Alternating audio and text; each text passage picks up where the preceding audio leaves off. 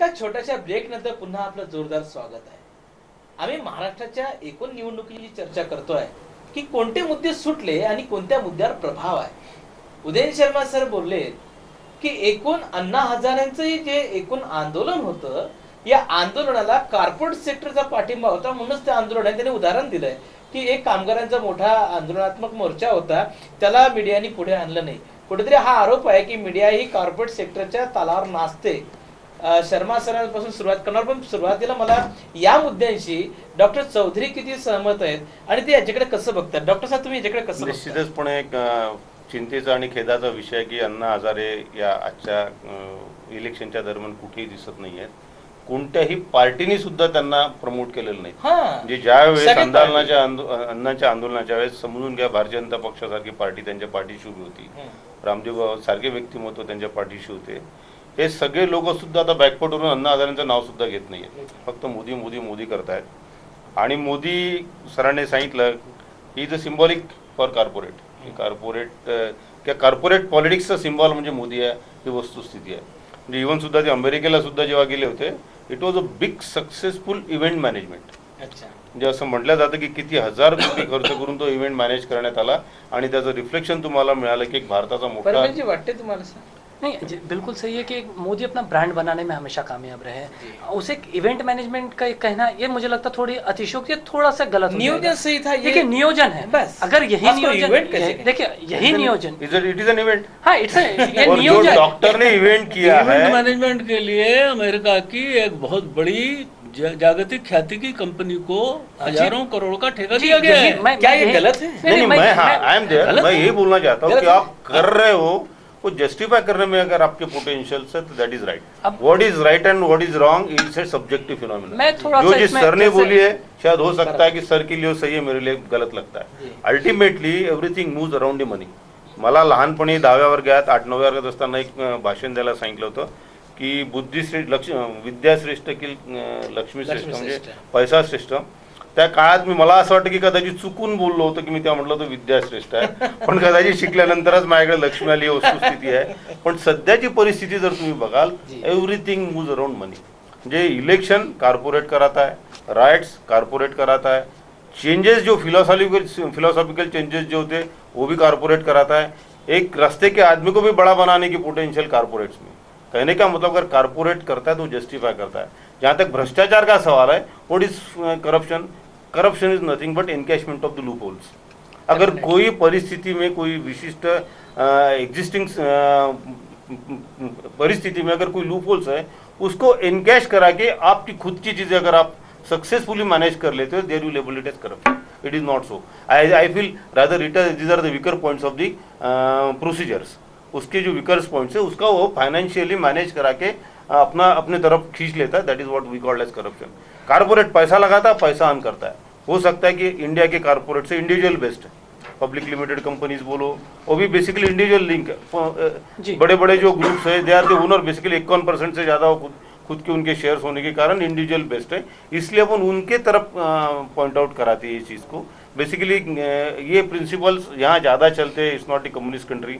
यहाँ होता है करके अपन पॉइंट आउट कराते कि सिस्टम का दोष, ये आदमी का दोष है, नॉट द सिस्टम्स फेलियर. पर मेरे को लगता है कि जितने भी इलेक्शन हुए और जितने भी इलेक्शन इसके आगे भी होंगे, I am very sure about it कि वो प्रिंसिपल बेस्ड नहीं होंगे, they will be money based. Last time के इलेक्शन मैंने जब से मैंने होश संभाला इलेक्शन देखे, ये आंकड़ा बढ़ते जा रहा है. आमदारों का खर्चा करने का पोटेंशियल बढ़ते जा रहा है. आदमी भी वही है, उसका पर कैपिटा इनकम उतने प्रोपोर्शन में बढ़ाने पर उसके साथ खर्चा करने वाले जो कंपनियां पार्टियां वो बढ़ गई है. इनके पास कहाँ से पैसा आता है? That's all from corporate. इनके कोई खुद की इंडिविजुअल. देखिए, हो सकता है आप जो कह रहे हैं एक कॉर्पोरेट, एक मुझे लगता है किसी एक चुनाव के लिए कॉर्पोरेट बहुत ये करता है. मुझे लगता है विधानसभा नगर पालिकाओं के चुनाव के लिए कॉर्पोरेट इस तरीके से लॉबिंग करता होगा, इस तरीके से लामबंद होता है. देखिए, लोकसभा चुनाव में जैसे शर्मा जी ने कहा कि आपने कहा था कि 2 कॉर्पोरेट थे, एक एंटी कांग्रेस और एक प्रो कांग्रेस.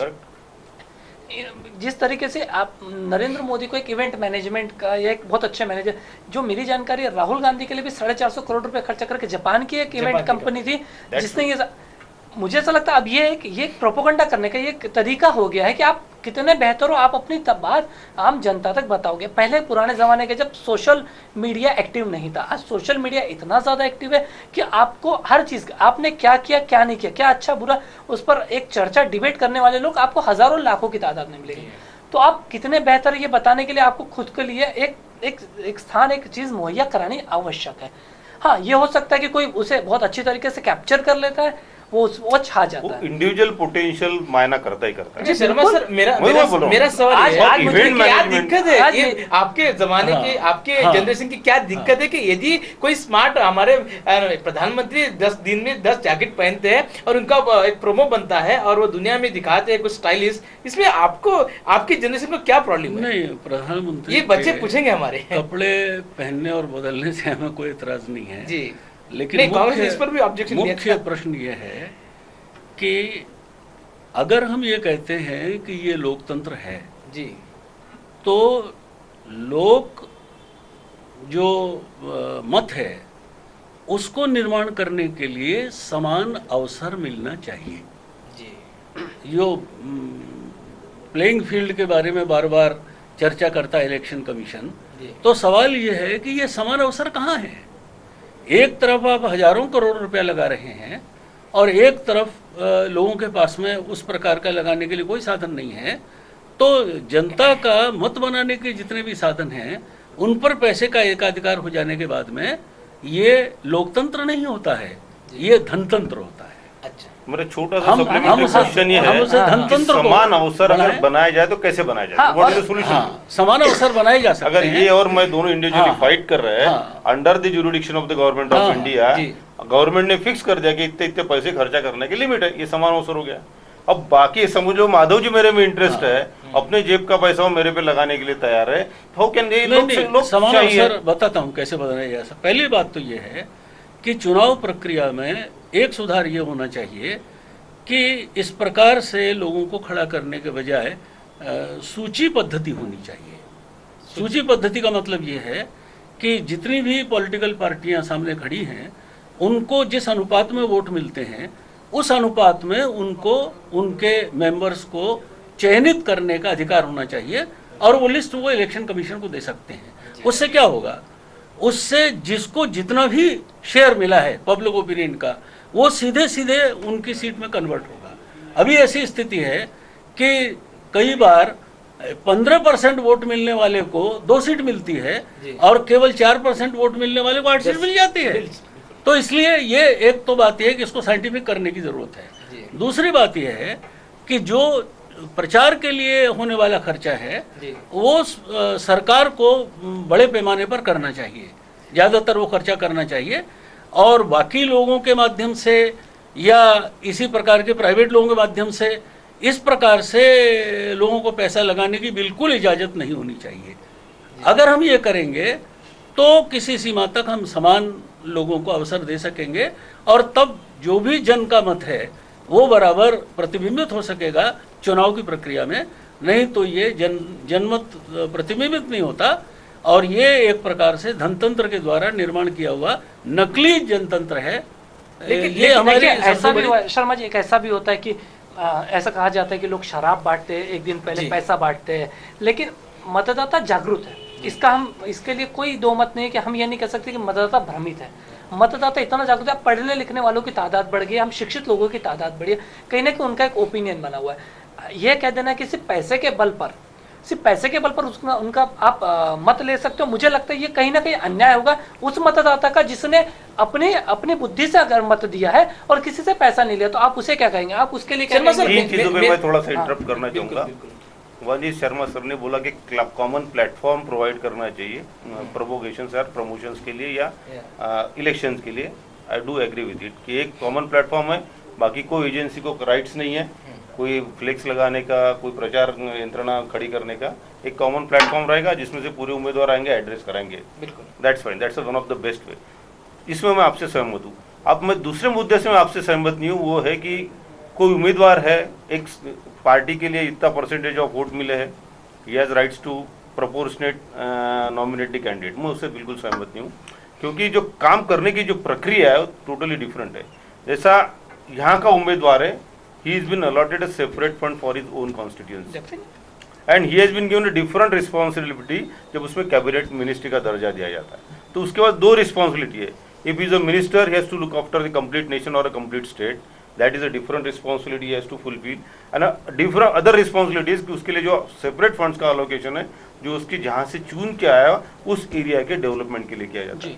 अगर एग्जाम्पल फलाना कि अगर 5% 10% देखा जाए पार्टी को नॉमिनेशन हुआ है, how can you look after whole complete state और नेशन? तो ऐसे सिचुएशन में रिस्पॉन्सिबिलिटी कौन लेगा? क्योंकि last time who is an answerable to it then? पूरी पार्टी के नॉट बी आंसरेबल देन। तो ऐसे सिचुएशन में मेरे को लगता है कि प्रोपोर्शनेट जो है जी, मैं उससे सहमत नहीं हूँ। अगर यहाँ मैं किसी को वोटिंग अगर किया है वो XYZ आदमी अगर चुन के आता है then he is answerable in a next election कि भाई आपने ये करप्शन किए, आपने ये वादे किए थे, आपने डेवलपमेंट्स किए नहीं है, then you are no more now. I think one kind of UPA 2 is a one kind of that. अब जैसे बता रहे थे कि एक तरीके से Exactly, टाइप का ही था। तो हमने देखेगा कितने किस लेवल का भ्रष्टाचार हुआ है, जो आरोप लगे उसके कारण उन्हें सत्ता से बेदखल होना पड़ा। तो शायद मैं भी इस चीज से एग्री, तो मैं एग्री इसलिए भी नहीं हूँ। हर एक, हम लोकतंत्र कहते हैं, लोकतंत्र में हर एक को अधिकार है। आप लड़ सकते हैं, ये लड़ सकते हैं, मैं लड़ सकता हूँ, मैं अगर एज वैलिड है तो लड़ने का अधिकार है। हर किसी की मंशा है, किसी वो देश के लिए कुछ कर सकता है अगर उसे करना है। मुझे नहीं लगता कि इस तरीके का रूल शायद ये कम है ना हमारे भारत में, शायद मुझे नहीं लगता कि ये अप्लीकेबल है। तीसरी पॉइंट में जो आपसे सहमत नहीं था, because you are interrupted, money don't make much difference, ये मैं इससे सहमत नहीं हूँ। क्योंकि इलेक्शन मैंने अपने आंखों से देखे, इलेक्शन में कुछ लड़ा हूँ, as an active partner of the election procedure में देखा हूँ। आज के रात यानी एक दिन पहले जो पैसा फ्लोट होता है उसमें 5 से 7% वोटिंग का switch over is very much possible. 5-7% हम मान सकते हैं। पर मैंने क्या कहा, उस मतदाता पर हम कहीं ना कहीं ब्लेम लगा रहे हैं ना, जो आप 5-10% इसी मुद्दे को मैं आगे लेके जाना चाहता हूं। ये यदि इवेंट है, ये यदि पैसों का खेल है, तो भारत की जनता ने अभी इतना बड़े परसेंटेज में मोदी जी को वोट किया है। मैं ये मानकर चलता हूँ कि कुछ स्लम एरिया, कुछ ऐसे लोग जो पढ़े लिखे नहीं है या फिर जिन्हें लक्ष्मी की कुछ आवश्यकता है, उन लोगों ने यदि मोदी जी को सपोर्ट करते तो समझ सकते थे हम। लेकिन भारत के ऐसे तमाम हिस्सों में मोदी जी छा गए, इसकी वजह क्या थी? एक तो सबसे पहले, और वो गलत था क्या? मैं ये जो भ्रम फैलाया गया है बहुत बड़े पैमाने पर कि मोदी जी को बहुत ज़्यादा लोगों ने वोट दिया है, मैं इसका खंडन करना चाहता हूँ जी। उनकी पार्टी को जो वोट मिला लोकसभा में वो 31% मिला। 31% वोट का मतलब अधिकांश वोट नहीं होता है। उनको 50% वोट भी मिलता तब भी हम ये कह सकते थे कि कम से कम आधे लोगों का वोट है। तो इसलिए वो वोट अभी भी अल्पमत का ही वोट है। ठीक है, वो ठीक है। वो तो इसलिए वो चुनाव का फिगर मैंने वही बताया, वो चुनाव का गणित है। इतने सारे कैंडिडेट खड़े, वो चुनाव का 500 से ज्यादा, वो चुनाव में चुनाव का डिफेक्टिव गणित है। एक सीट, मेरा यही कहना है, वो चुनाव का डिफेक्टिव गणित है जी। कि आपको कम परसेंटेज वोट मिलने पर भी इंस्टेंट का जमाना, उसका जो अलग अलग जगह विभाजन है अलग अलग कॉन्स्टिट्यूएंसी में, उसके गणित की वजह से आपको सीट ज्यादा मिल सकती है। इसीलिए इसी वो राजनीति कहेंगे हम, जनमत को रिप्रेजेंट नहीं करता पूरी तरह। नई जनरेशन में इसे राजनीति कहेंगे कि कुछ मिलाओ और अपना एक बात निकाल के लाओ। नहीं, वो जनमत इन ग्रॉस को रिप्रेजेंट नहीं करता है पर मेजोरिटी को रिप्रेजेंट करता है। दूसरी बात लड़ाई मेजोरिटी के फिगर की। मेजोरिटी को क्या कहा जाता है? दूसरी बात यह है कि जो आपने कहा कि भाई पढ़े लिखे लोग हैं, हाँ जरूर कुछ हिस्सा है, सजग है, कुछ आंदोलन भी चल रहे हैं, करप्शन के खिलाफ भी आंदोलन है, उनका भी योगदान है, लेकिन वो इतने बड़े पैमाने पर नहीं है कि जो चुनावों को शेप दे सके या चुनावों को प्रभावित कर सके। वो स्थिति नहीं है। हम चर्चा कर रहे हैं और हम इस बात कर लेकर सामने आ गए कि मोदी जी की बात, इसलिए भी कि महाराष्ट्र के चुनाव पर मोदी जी की बहुत बड़ी एक छाया है और मोदी जी का बहुत बड़ा डायनेमिक चल रहा है। क्या है ये सब कुछ? मैजिक है मोदी और क्या है ये सब? बात करेंगे, क्योंकि महाराष्ट्र के चुनाव में मोदी का इफेक्ट कितना होगा, क्यों होगा और क्या परसेंटेज होंगे, ये बात करेंगे एक छोटे से ब्रेक के बाद।